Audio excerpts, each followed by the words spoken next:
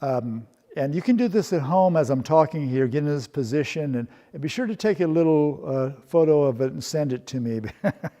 This is a tough thing. This guy's in shape. I don't think I could ever have done this, and I've been in very good shape different times in my life. But here we are. This is just to prove a point that balance is our sixth sense. It really is. Okay, so we learn to balance at a very young age, about 1.5, 2 years old. We're up tottering around on our 2 feet and running here and there after a while. So we learn balance early, and it gets better and better until we reach about 30 years of age, and then the sadness comes in. Okay, so what is balance? Well, visually, we use about 20% of our visual acuity, our vision itself, to stay upright on the planet Earth. Okay, that's part of what we use vision for. Proprioceptively, now all you OT, PT people out there know this so well, the somatosensory system, these nerve endings in the ankles, especially the knees and the ankles around there, they can tell us where we are. If we're trying to say balance on one leg, it'll tell us whether to go back a bit or left or right, and it fires back to the brain just really quickly. Without thinking, we stay balanced. And vestibular system is of the inner ear. Now this is where if you lose this one, you have a hard time, keeping your head upright. And where the head goes, the body goes. Okay, so you need to keep that head upright often. So this is the inner ear, what we call the semicircular canals in the ear, and they kind of keep us ordered in these various positions like this. Okay.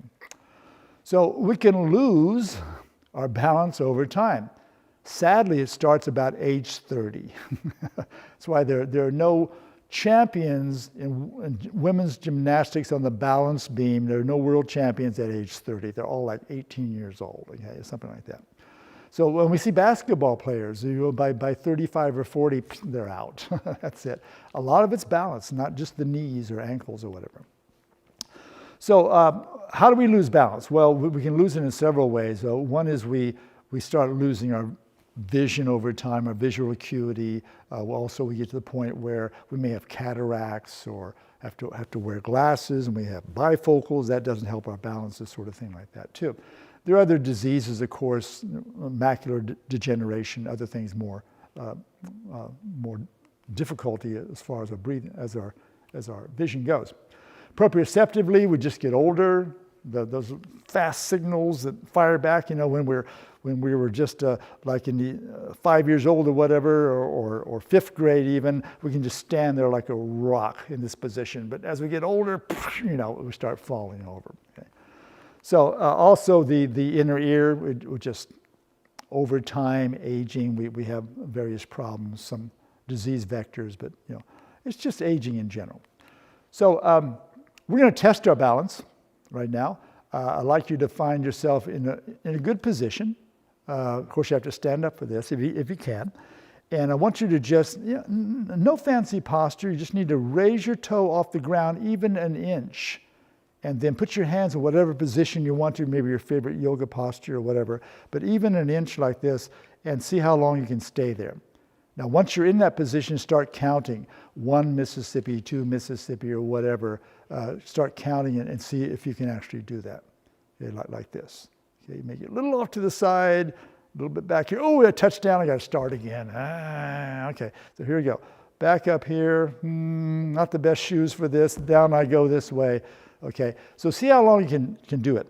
In your 40s, up to your 40s or so, it should be about half a minute, no problem if you're in decent shape. In your 50s, a little less. 60s, less yet. 70s, down to 4, 5, 6 seconds for many people. And in your 80s, if you're not in good shape, if you don't go out and walk a lot and stay active, a lot of 80-year-olds sort of pick their foot up and fall on the next foot. Okay, and pick the next one up, fall on the next foot. Okay, so we want to stay away from that. So a lot of you may have done this at home and realized that, I'm not too bad. That's my favorite yoga posture. I was so cool, man. I didn't move at all. Here's the challenge round, okay? So cocky out there. You don't have to be in this posture, but rather get back to where you were before. And when you're ready, close your eyes. and see how long you last. Okay? Get up on that one foot, close your eyes, be careful not to fall over, keep a chair beside you or whatever. Suddenly things went wrong. Most people within 3 to 4 seconds, you're falling over. I told you, vision is 20% of balance. You suddenly take that away from a normal human being, they can't balance anymore, okay? So that's why we don't walk around with our eyes closed, obviously, okay? All right, so that's our test for balance. Now, why do we want to test balance? Because some people, as we age, we start to lose balance in general, and that's where we're going to have a few problems. So we can retrain balance. Well, how do you do that? Well, one particular method, which is fairly new to people, is called Tai Chi. Now, in Tai Chi, we learned that we can retrain people on how to balance. Now, we know that in walking, it's hard to walk if you can't balance well, because 80% of walking is spent on one foot. Imagine that. Your back foot's off the ground, you're reaching out for the next step, you're walking, the heel goes down. Now, for about 20% of the time, you're heel to toe here, but oops, up goes the other foot, and we're walking again. So now running, we know, most of the time you're running, you're either on one foot or in the air. Both feet are in the air. So that's really hard for someone with balance problems.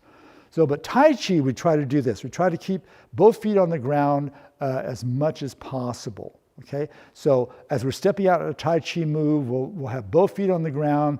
We'll go through our little move, maybe go to the next section here. I have a brief moment where I'm stepping out here with my foot off the ground, but for 80% of the time, we are on two legs. So now I can use this form of rhythmic movement to reteach balance to people who've had, say, a hip replacement or knee replacement or maybe a mild stroke. We can reteach balance. Okay, so